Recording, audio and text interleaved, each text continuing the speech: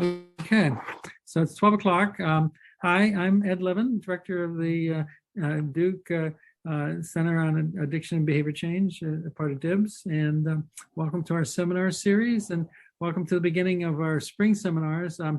And our first speaker, not Linda Perino, she had to reschedule. She'll be coming in on March 2nd virtually. I mean, the whole schedule is going to be virtual, so we'll continue that format. So anyway, I switched with her. I was scheduled for March 2nd, so I'm going to give my talk today. For better or for worse, I'm the substitute. So before I get to that, I just wanted to have a look ahead at the upcoming seminars. Next week is very exciting. We're going to have a participant and a staff member from TROSA, our local drug treatment residential program here in Durham, a very successful program. We're going to have a participant in their program and a staff member speak to us about their experiences and how TROSA works, and it works quite well, actually. And we'll have a discussion in terms of Duke has a long-term relationship with them, and so how we can best continue that. And then Paolo Manelli will be coming in at the beginning of February, February 9th, speak about his work, clinical work here at Duke. And then I just wanted to highlight the February 22nd, the CABC is joining together with TRI again. We have a relationship with them. Wanda Boone is the director of that community program. She does an outstanding job trying to deal with risks of, especially adolescent risky behavior. And we're going to be having co-hosting a symposium on marijuana, brain science, and community impact for risk prevention with legalization. So please do register for that. It's free, but we need to have a registered registration for that, and the link for that is in the chat, or if you go to the DIBS website, the CABC page, then you'll be able to access that as well. Okay, so and then we're going to continue for the rest of the semester with every couple of weeks or so having these talks, and then continuing through April. So now I'm going to share my screen, and I'm going to talk to you today about neurotransmitter interactions and the neural basis of therapeutic treatments against drug addiction. So first, I'd like to introduce Dr. Edward Levin, who is me. I earned my PhD at the University of Wisconsin in Madison in 1984, and then spent the postdoc at UCLA in Los Angeles, and then was a visiting scientist in Cholinergic Systems at the Uppsala University in Uppsala, Sweden for a year, and then came back to UCLA for a year and a half or so, and then came to Duke in 1989, and have been here for the last 32 years, working my way up through the system and doing a variety of types of research, a lot of it having to do with drug abuse, a lot of it having to do with environmental neurotoxicology. So just to give you an idea, I consider these two things to be in the same arena, and with drug addiction and abuse as a particularly nasty form of neurotoxicity, invoking brain systems that actually want you to take more of the toxin. So in any case, I'm going to provide a review of our work among neurotransmitters, and how that lends insight into the mechanisms and also possible therapeutic opportunities. So now I'd like to first thank everybody. This is not everybody, but the main folks who have been helpful over the years in this research, including postdocs like Andrew Hockey and Brandon Hall and others, and talented and really very able technicians like Corey Wells is our main technician now for the drug abuse work. Students such as Grant Abbas and Sarabhesh Natarajan and others, and faculty collaborators such as Amir Asfani and Jed Rose, without whom none of this would be possible. And then also the funding, most of this research is funded by a P50 from NIDA. We've also received other NIH support from NIDA, NIHS, National Institute on Aging, US EPA work, Philip Morris International, Migla Pharmaceuticals, and various foundations. So just to give you that array of funding we've had. So anyway, the community of neurobehavioral systems underlying addiction. So I mean, kind of give some framing slides to begin with as to the orientation of behind our work, and that the fact that the brain is a complex place, and I'm going to talk about downtown dopamine in this greater metropolitan area. So this is just a cartoon, an old New Yorker cartoon about the person in Manhattan's view of the universe, and it goes from 9th Avenue to 10th Avenue, the Hudson River, and then everything else. So the fact is that you can be at the center of things and still be quite parochial. So that we have to kind of be humble in that regard in terms of recognizing the fact that we have identified certain systems in the brain as being important, but they're not exclusively important. And this is just a downtown Manhattan, where the New York Stock Exchange is, and the center on Wall Street of all the financial dealings and wheelings dealings. But actually, physically, and this is really true anymore, that you don't have to be in the financial district to participate, but much of it's virtual at this point. But the fact is that there's downtown, and then downtown is a part of Manhattan Island with a lot of different neighborhoods, and it's a part of the 5 boroughs of New York City, which is a part of the greater metropolitan area, which brings us to the idea that this idea of locality is fairly old and out of date. And then here's a nice quaint drawing of Manhattan in the old days. But we should be able to get by that, because it's not just the locality, but the broader locality of North America and the rest of the world. But the fact is that there are these complex interactions, and even though we have identified certain areas or certain systems in the brain that we think are important, and there's a lot of empirical evidence that certain areas are quite important. Again, they're not exclusively important, that the brain is an area of communication. And so that, like with the water cycle, we have lots of systems going on at the same time, cycling about. So the fact is, tobacco addiction involves more than just nicotinic systems. I'm going to take tobacco addiction as a kind of a prime example, although I will extend into some other things, mainly opiates. But we have, it's not just nicotinic acetylcholine receptors, as nicotine as the primary, but not the exclusive psychoactive ingredient in tobacco, or dopamine, which has been considered to be kind of a final common pathway, which really is not. It's not the final, or it's not even exclusively common. I mean, there are other pathways that are quite important.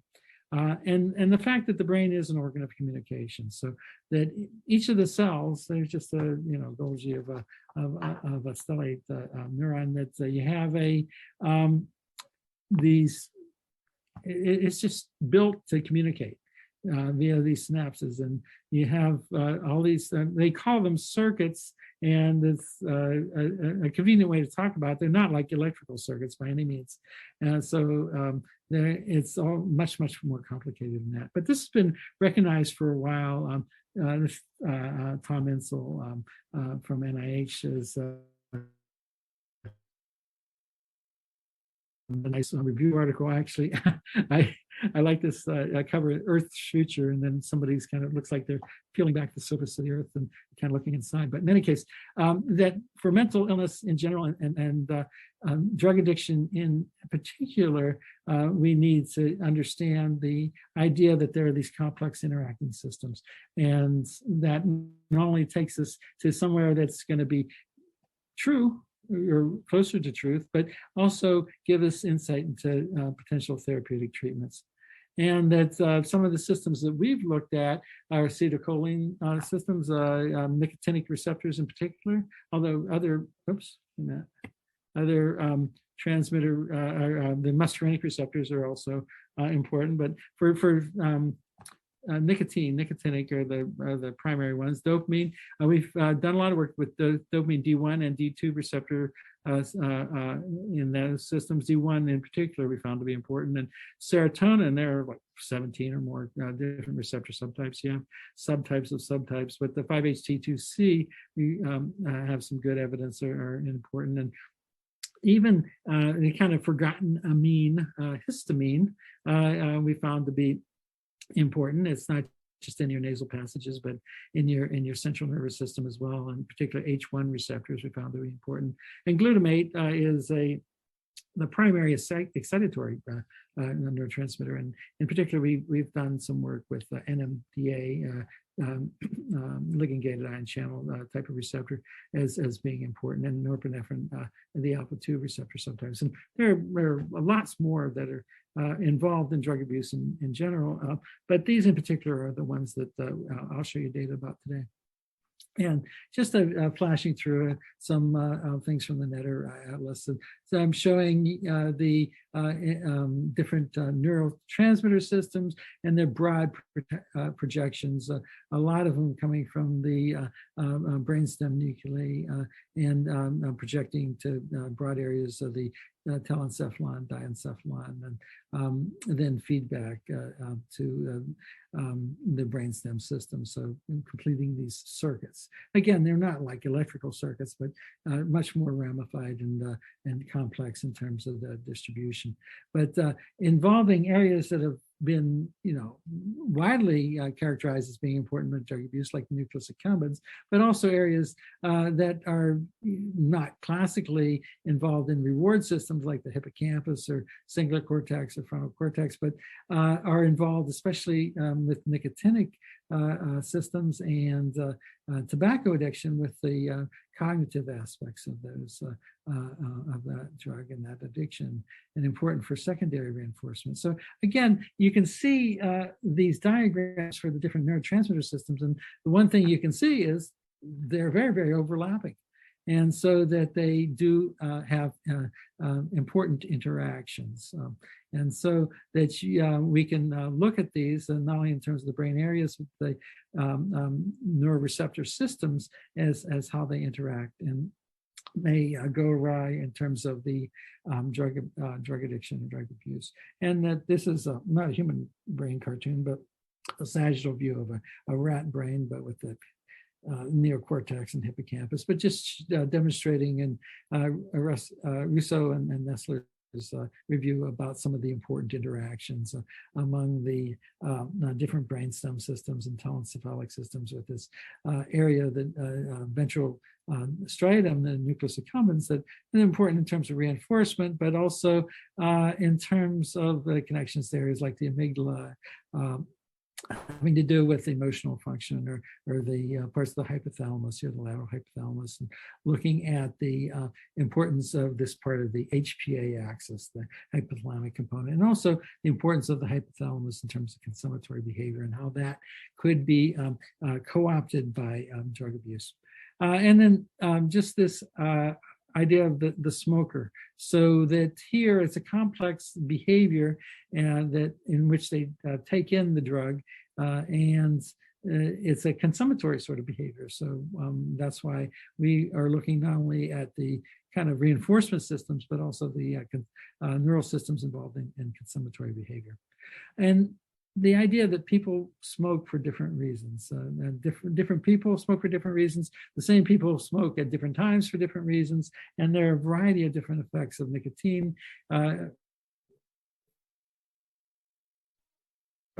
terms of reward and reinforcement, but also secondary reinforcement, how cues in the environment can come to be reinforcing themselves, so with a kind of a classical conditioning. There's demonstrated cognitive improvement with nicotine, and that some people self-medicate for that, and you can show that in the animal models as well. There are habit systems, especially important for this, for the dorsal striatum, in terms of this kind of habitual response, unthinking drug taking. Appetite suppression, and nicotine is a really very effective appetite suppressant. And this could be involved with areas of the hypothalamus, alleviation of stress, pain abatement. Certainly, there's a withdrawal syndrome, and that can be relieved with nicotine. So a lot of these effects are mediated in different parts of the brain and different neural systems. So we can address ones in particular that may be important for substrate for particular individuals, or for the same individuals at different times. And so we can have effects on, for example, for repetitive mechanisms and serotonergic systems, or cognitive systems in terms of the hippocampus and so forth. So what we deal with are these little rats, excuse me, this is a rat, and self-administering nicotine IV, and in a classical operant paradigm. And first we wanted to kind of validate the system that we're working with. And we have chronic nicotine infusion, like the nicotine skin patch. Jed Rose here at Duke is one of the co-inventors of nicotine skin patches. And with that research, he's saved lots and lots of lives in terms of helping people quit smoking. But here we can demonstrate with osmotic mini pump, which is not cutaneous but subcutaneous, but it gives you the very similar kinetic, a zero order kinetic of nicotine infusion. And here, nicotine infusions per session of self-administration is significantly decreased by this infusion of nicotine into the rat. So this is a kind of a validation of it's something that's effective in people. It's also effective in this rat model. And two other things, varenicline and bupropion, are two drugs that are known to have been shown to be effective in helping people quit smoking, also significantly reduce nicotine self-administration. And they have some interactive effects, which we can talk about a bit later if we have time. And so dopamine, as I've mentioned before, has been widely shown to be very, very important in terms of drug addiction. And so what we've done is to look at dopamine D1 and D2 antagonists, and a lot of this has been done by Brandon Hall, former postdoc, looking at Shearing 23390, which is a classic dopamine D1 antagonist. And it's found that giving this systemically significantly decreases nicotine self-administration, whereas giving haloperidol, which is a classic D2 antagonist, really doesn't have that effect. And then infusing it in different parts of the brain, and Gunas Kutlu did a nice job here with infusions into the insular cortex, and showing a significant reduction in nicotine self-administration, infusing it locally in the insular cortex. And then Brandon Hall did some work as well in terms of infusing it into the nucleus accumbens shell, as well as in areas like the parietal association cortex, which is involved in terms of motivated behavior, and also not a dramatic effect, but some hint of effect in the cingulate cortex as well. But interestingly enough, the hypothalamus, this is in the supramammillary nucleus, very nice dose-related decrease when you infuse it locally in that area. So not all areas. I mean, there are other areas, certainly he infused it into the superior colliculus with no effect, which is reasonable. You would think that area would have an effect, and it didn't.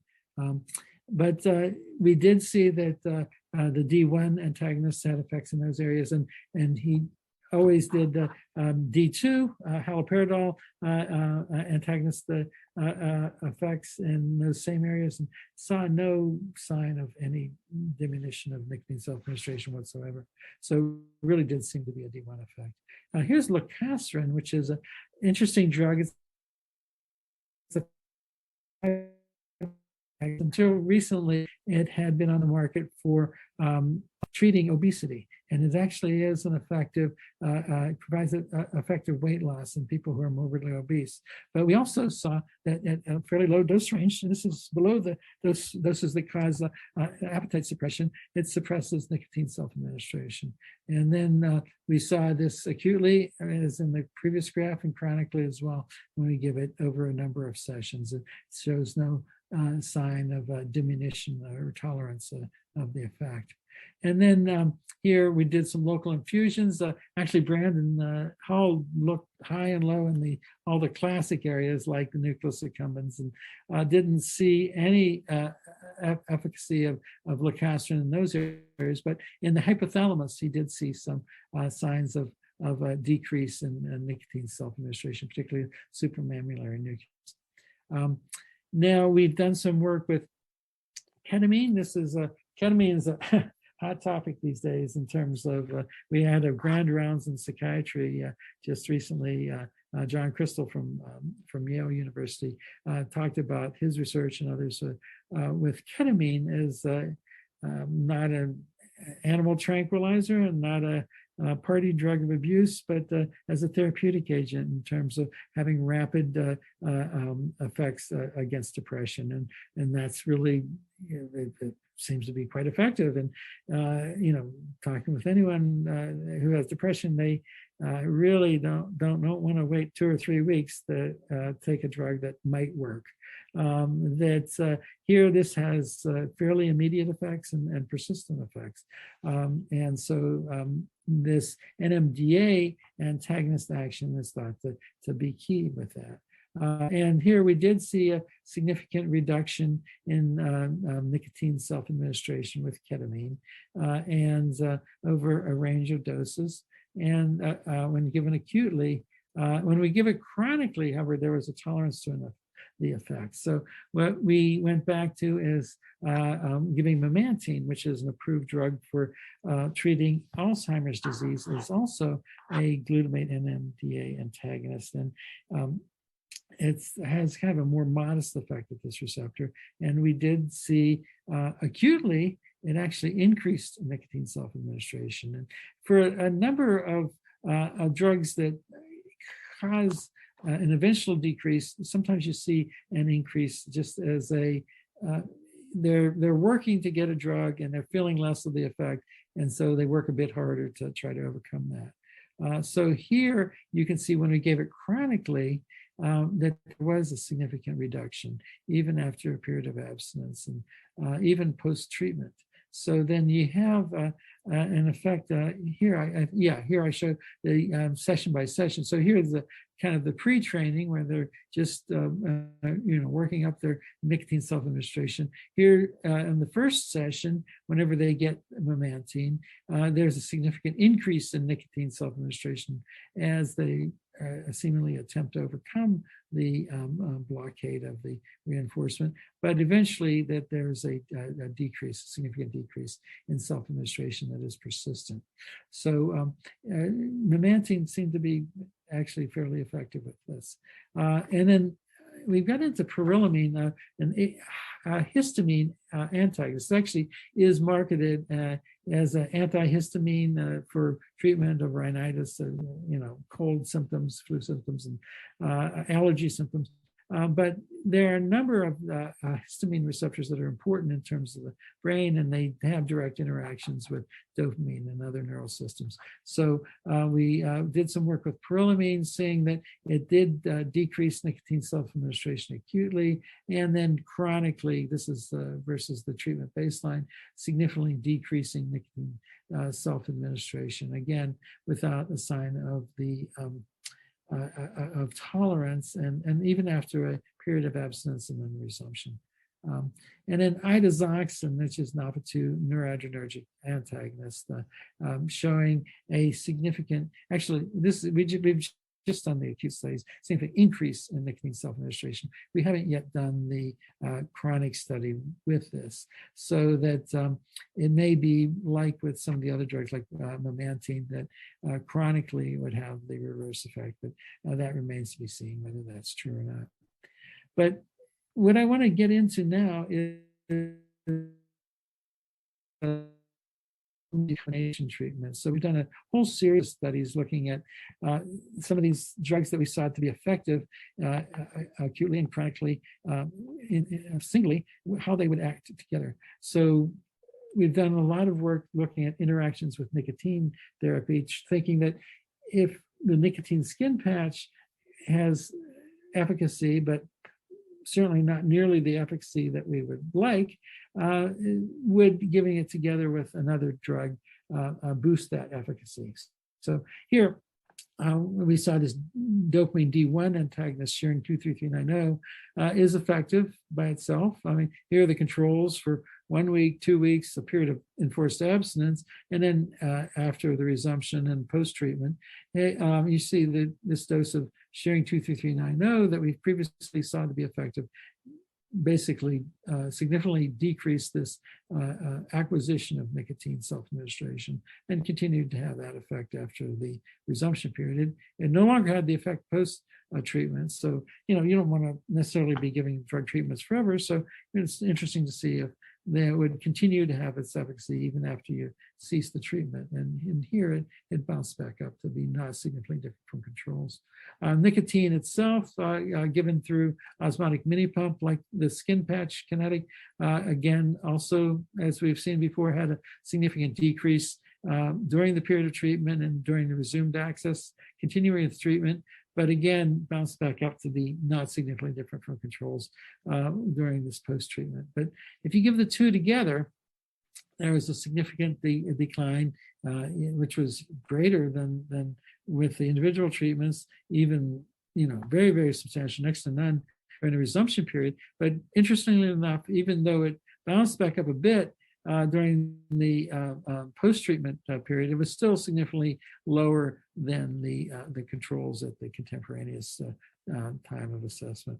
So we've done this similar sorts of study with other drugs. We've done it with lacasterin and nicotine, a similar sort of effect with lacasterin itself having an effect, as we've seen before, nicotine alone, but a greater effect and an effect that extended to the period after treatment with the combination of the two. It wasn't as dramatic as with the D1 combination with nicotine, but this 5-HT2C and drug agonist that had an effect with that did persist.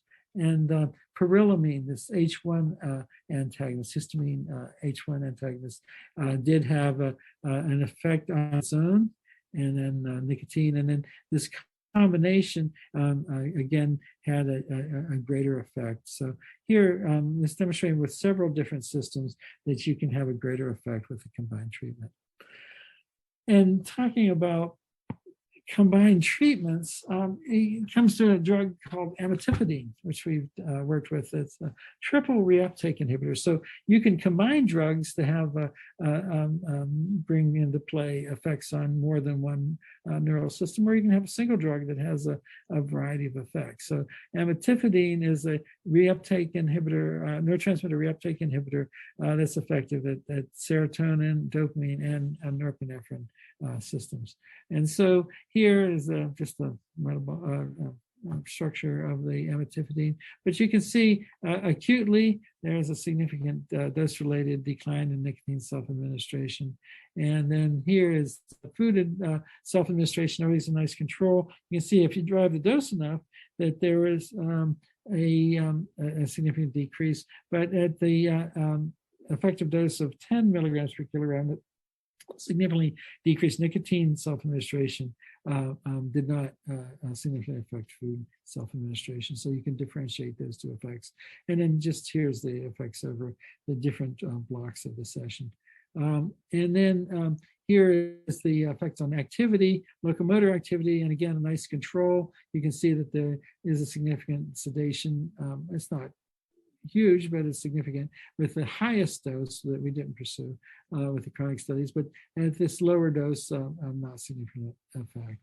And then here is a chronic self-administration. So like I said, we went with this a moderate dose of 10 milligrams per kilogram per day that did not have significant effects on food, motivated responding, or locomotor activity, but did significantly decrease nicotine self-administration. And first, right from the get-go in terms of the first week, and then the second week of self-administration, continued effect, no sign of abatement of the effect. We have this in 4 steps, and it's a period of a week of basically modeling a quit attempt, and then giving them re-access to the nicotine and tempting them into relapse, basically. And then here you can see a significant effect during that period as well with amitifadine. So it did seem to be quite sensitive. Here's the session-by-session data showing very, very consistent effect across the different sessions. And then we looked at the interactions of nicotine with this, like we did with the other drugs. And here you have your typical curve with the controls, very, very reliable effect. Amitifadine significantly decreasing nicotine self-administration. But when you stop giving amitifadine, it bounced right back up where it would have been and was with the controls. So it really did take the continued treatment with amitifadine to maintain this suppression. And then again, like we've seen before with nicotine itself, given through osmotic mini pump, and then a little bit of a bump after a withdrawal, and not being significantly different from controls. But with the combination, really a very great suppression, and even a suppression. It did bounce back up a bit, but still remain significantly lower than the controls during this post-treatment period. And then here are the individual data with that. So here you can see, there during the post-treatment period, there was this kind of retreat towards the controls, but given the greater effect with the combined treatment, even with some slippage there, it was significantly different, lower than controls. Now, it's really vitally important to provide better treatments for people who are addicted to tobacco or nicotine, but there are a variety of other drugs of abuse as well. And so opiates is one that's important to develop better treatments for. The current estimate is 500,000 or so premature deaths a year from tobacco smoking in this country, 5 million or more worldwide. In this country, I think in the past year, it's like 100,000 overdose deaths from opiates. So it's really skyrocketed, especially in terms of some of the synthetic opiates. And remifentanil is one of those. It's not a drug that's really abused a lot, but it provides a very good way of looking at opiate reinforcement, because it's very rapidly acting and rapidly inacting, so that the animals don't get overly sedated from the self-administration. But here we can assess the reinforcing effects of opiates and how to counteract that. And amitifadine, given acutely, does significantly reduce remifentanil self-administration. And then whenever you do it chronically, it has effects, and particularly those animals with low baseline. We just did a median split in terms of their pre-treatment self-administration into low and higher baseline performance. And there was a hint of an effect with the high baseline group, but significant effect with the lower baseline group. And then here are the individual data. Now, important for treating opiate addiction is determining effects on pain response, because a lot of people are taking opiates for treatment of pain, and it is actually a very effective pain reliever, but then a lot of those people get into trouble in terms of becoming addicted because of the dual effect against pain and the other effects of abuse liability, and then may overdose in terms of yet another effect of opiates of respiratory suppression. So here we looked at, this is the hot plate test, where we had the effects of remifentanil and interactions with amitifadine on this response in the hot plate. And so here you can see this is 5, 10, 15, 20 minutes after injection, that there are significant effects of remifentanil, and in terms of an analgesic effect, this is 30 seconds is max, and that's why there's no standard errors there. These animals maxed out in terms of being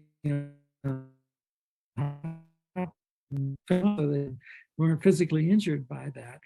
So they had this maximal analgesic effect with the remifentanil, which was not attenuated by amitifadine at the dose that is effectively decreases self-administration, and that effect persisted through the time course of that study. So that was good in terms of suppressing remifentanil self-administration, but not interfering with the analgesic effects of that. And then we also looked at dextromethorphan, which it's kind of a dirty drug. It has effects blocking NMDA receptors, but has a variety of other effects as well on sigma receptors and other ones. But here we see that it does provide a significant reduction in remifentanil self-administration here, in particular at the higher baseline group. So as you remember with the amitifadine, that was more selectively effective in the lower baseline group. Here it actually increased it. So there you would want to potentially select this your treatment population according to which drug you're using as a therapeutic treatment. Dextromethorphan was effective at that. And then this is just the difference in baseline. So I just wanted to bring you up to date in terms of where we're currently working in terms of D1 NMDA interactions. And actually this is a interesting result. It's still kind of in process. We've completed the acute studies, and there's a complex effect. Here's at the high and low baseline group, and here's the first time we gave the drug and dose effect function. The second time we gave the drug in the dose effect function. It's a complex experiment with 3 different doses of the shearing 23390, the D1 antagonist, and 3 different doses of Memantine, well, control and 2 doses basically of each of those. And here we saw with the differential effects with high and low baseline groups. And this is effects on nicotine self-administration in rats. And here you saw a significant decrease with your high baseline group in the first phase of the study, and in the continuing in the second phase of the study, although not as robust an effect. And then this kind of variable effect with the low baseline group of significantly enhancing the effect of memantine, as we've seen before, increasing nicotine self-administration, but that effect is reversed by the shearing 23390. But then later in the second go round, a differential effect, but still some signs of an enhancement. But then chronically, this is the most interesting, I think. This is a very simple graph here, but an interesting and complex result. Here we gave it for 2 weeks chronically, and there we have the day-by-day data, but I'm just showing you the means across the 2 weeks, that there's a significant interaction. We're still in the middle of the study, only 5 or 6 per group, but there was already with this interim analysis a significant interaction shearing 23390, the D1 antagonist, and the Memantine, which is an MDA antagonist. And here we saw that each of the 2 drugs alone, the shearing versus control, and then the Memantine versus control, caused a significant decrease in nicotine self-administration. But you would normally think, oh, there should be at least an additive effect. Here you see a significant attenuation of this shearing 2,3,3,9 effect when given in concert with memantine. So this is something that is surprising. I mean, in some senses, it's a little disappointing in terms of, having combined treatments for therapeutic intervention, but it's really very informative in terms of where we might look next in terms of how the system works, and and important in terms of treatment in a kind of a negative sense. But so in terms of understanding how the system works, here you have two treatments that decrease nicotine self-administration individually, but then one counters the effect of the other. So obviously there are kind of more than one pathway through the woods. And so that these are two therapeutic, separate therapeutic avenues. But the fact is that they interact in a kind of different way, that they don't potentiate each other's effects. And, I'm waving my hands because I don't know why. And so, but it would take further studies to understand how these systems interact in terms of understanding more fully how they participate and interact with each other. So anyway, so that's the remainder of that story is yet to be told, but we're continuing with that.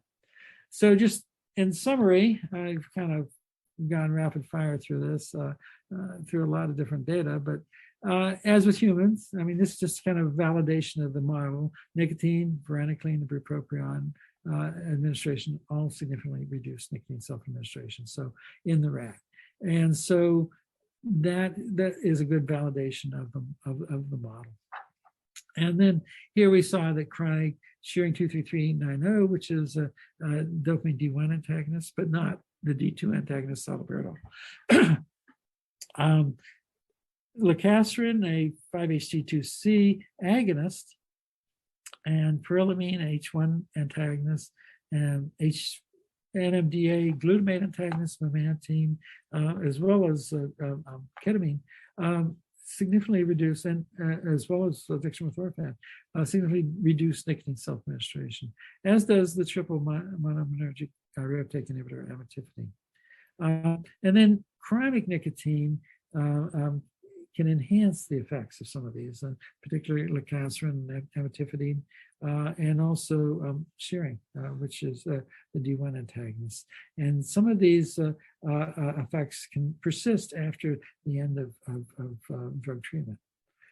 And local infusions. So this is really a very powerful way of understanding I hate to talk about wiring and circuits because it really isn't like wire circuits, but that's the way people talk about it. But particular brain areas play differential effects in normal and abnormal functioning of the nervous system.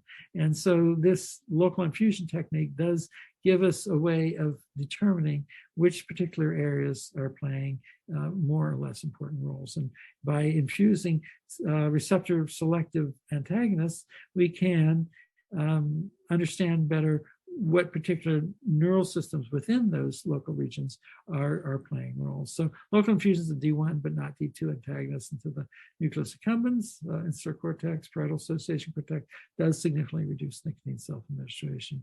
And hypothalamic infusions of either the D1, but not D2 actually, antagonists, or this lacasterin 5-HT2C agonist can also decrease nicotine self-administration. But the 5-HT, the serotonin systems aren't really effective in these other brain areas that I just talked about.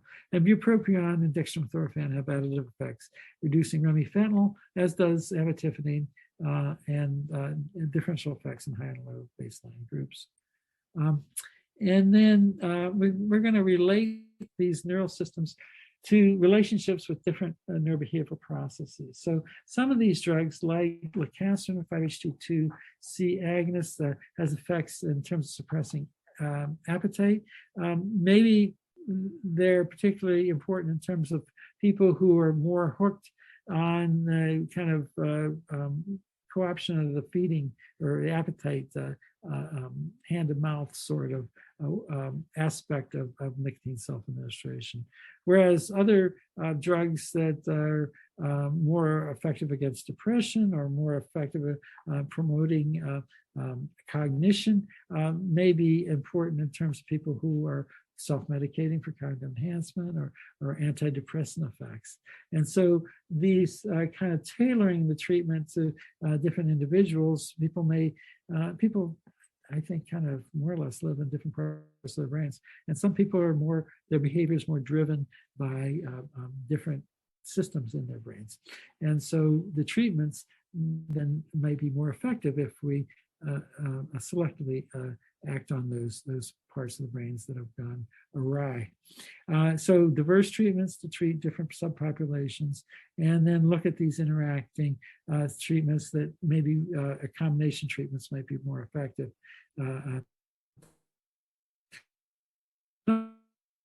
Behavioral therapy. So I really don't want to convey the misapprehension that I'm all for drug treatment in the absence of other sorts of treatments. I think that things that are most effective in terms of having maybe a drug treatment open a window, a therapeutic window for behavioral treatment. Certainly, you need to have both the most efficacious treatment. And also, I'm not really a strict determinist, and I don't think your brain necessarily runs your mind. Certainly, your brain has important aspects in terms of yourself, responsibilities to yourself.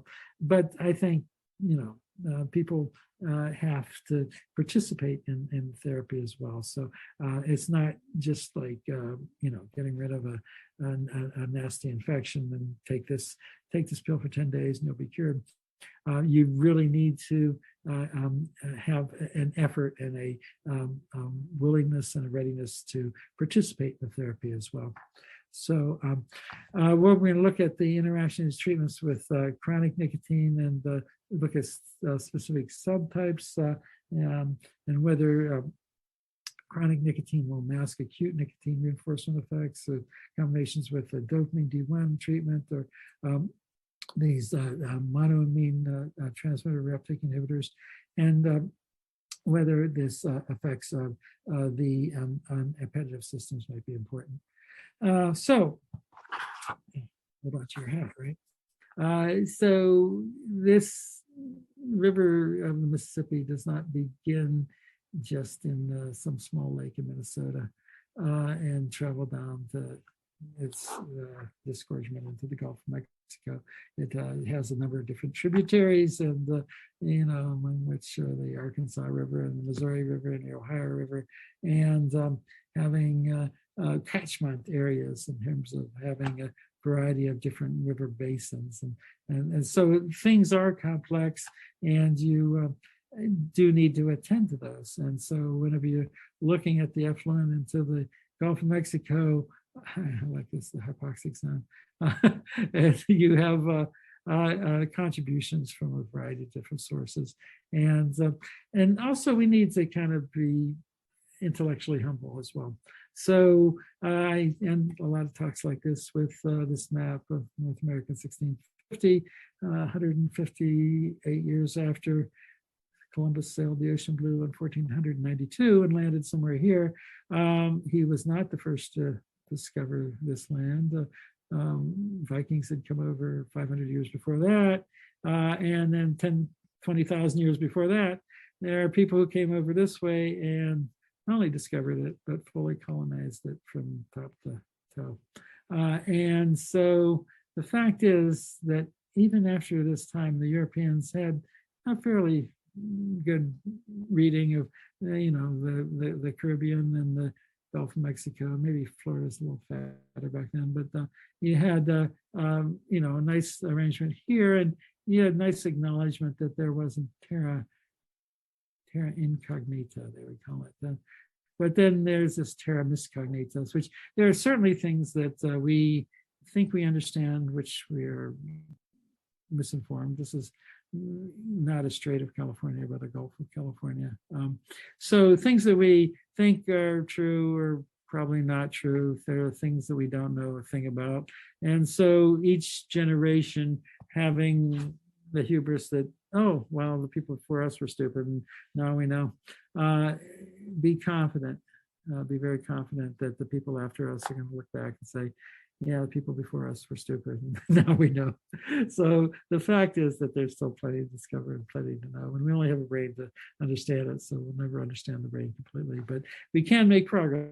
So I wanted to thank you for your help and listening, and now we do have some time for discussions. So I'm going to stop sharing, and if anyone would like to have a question, now's the time, or forever hold your peace.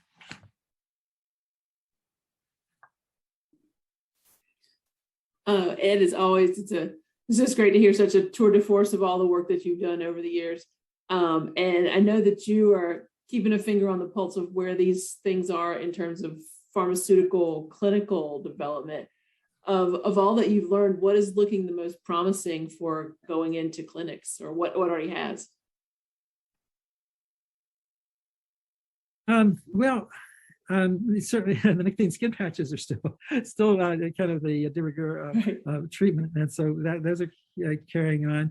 In terms of co-treatments, I'm actually very interested in this NMDA treatments, given the kind of blossoming of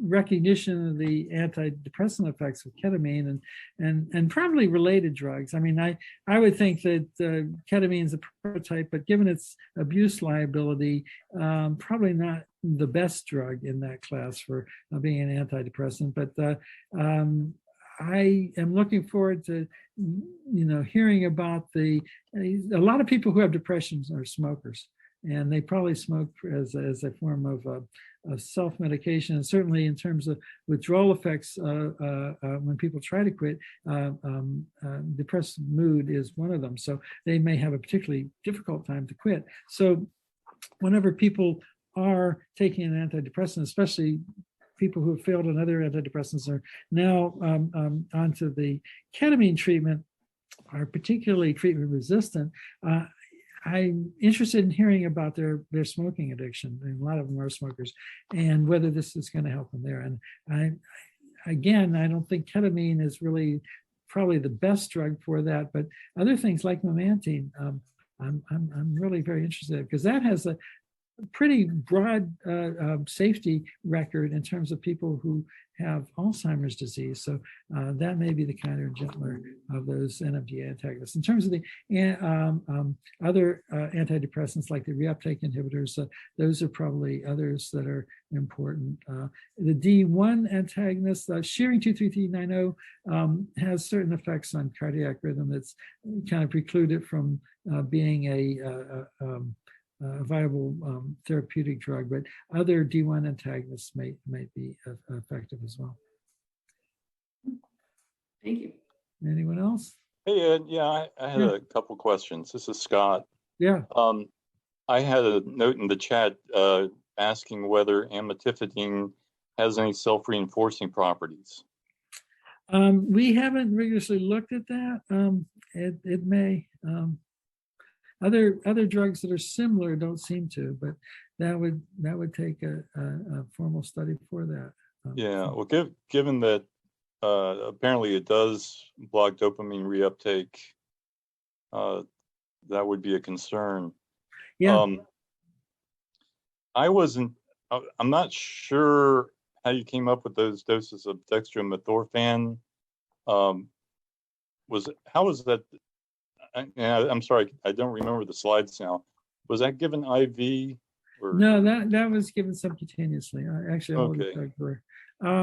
The way we usually dose drugs is to try to keep at or below the threshold for causing some of these other effects of sedation or decreased food self-administration. So usually the higher end of the doses have some of those effects, and then we try to see if we can have a lower dose that would affect nicotine self-administration or Remifentanil or other drug self-administration and not have those effects. So we do kind of a pharmacodynamics titration.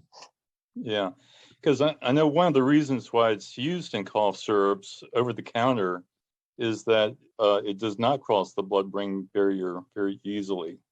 Yeah.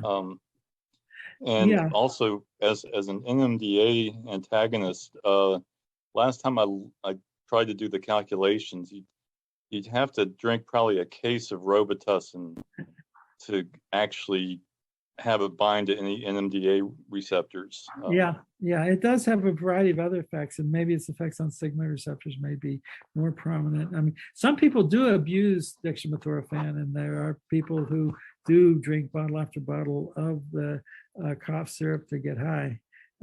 So there must be some way of either translating the effects through ascending vagus or other sort of indirect ways, or some crossing.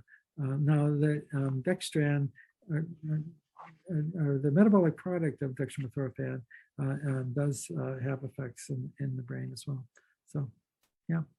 And again, given its abuse liability, dextromethorphan may not be the most promising of the treatments to help people quit smoking. But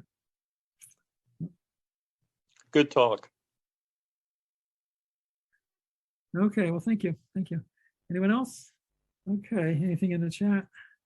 I've got one more if others are going to be quiet. Sure, go ahead. How are you thinking about modeling the subpopulations of patients? So I totally agree with you that some of these drugs are going to work for some people, some for others. Yeah. How do you think we're going to narrow that down? Well, there are some animal models. I mean, there are the Zucker fatty rats. There are some kind of obese, liable rat populations. There are other ones that are more prone to depression, like the FSL rats, which we no longer have here, but other ones as well. And we've done a little bit of this. There are certain selectively bred rat strains. The Mirazvani has done some really very excellent work in terms of having various selectively bred strains that are more prone to drink alcohol, and which ones might be more or less prone to take nicotine. And there are some that do. The P rats that prefer alcohols prefer nicotine, but other ones don't. So there you can actually look into what the possibilities are in terms of trying to understand neural systems underlying that. You can have pharmacological models, like if you do MK801 or dizosapline as actually an NMDA antagonist, you can have a cognitive impairment that's reversed by nicotine, and maybe look at that as a model, or scopolamine as well, or with aging. Yeah. So anyway, okay. Let's see. Here's somebody, Scott, your Dutch ancestors farmed Manhattan. That must have been north of Wall Street then. Did they keep on to their land? If they kept the deeds of the land, they'd be multi. Yeah, I know. Well, the English came and kind of made them an offer they couldn't refuse, but I've always contended that Donald Trump owes me 400 years of back rent. Good luck in collecting on that. So. Yeah. Okay, so it's getting towards 1. So I want to thank people for coming by, and sorry with your disappointment and not hearing Linda Perino, but tune in on the 2nd of March, and she'll be here to tell you about her work. And then please do tune in next week, because we're going to have the people from TROSA elucidate their work and their successes in treating drug abuse and addiction. And again, please go to the website, and there's the on the in the chat. Tyler's put in the link for registering, and if after this session, if you can't get to the chat anymore, just go to the DIBS website and to the CABC page of the DIBS website, and you'll see a link for registering for that. That's on the 22nd of February, and that's going to be very important as we go through this process of decriminalizing and then legalizing marijuana. It's not like it's going to be any more safe. It's just, we're going to fortunately not be incarcerating large numbers of people inappropriately for that. But there also may be, like alcohol, not illegal, but it's can cause tremendous problems, like nicotine or tobacco. So in any case, legalization is not the end of it, but just a continuing next step in terms of how we deal with potential problems of people who might abuse cannabis. So, okay, again, thanks and have a great day. And I hope everybody keeps safe from COVID. And I think 3 to 5 inches of snow on Friday. So have a good afternoon. Thanks. Bye.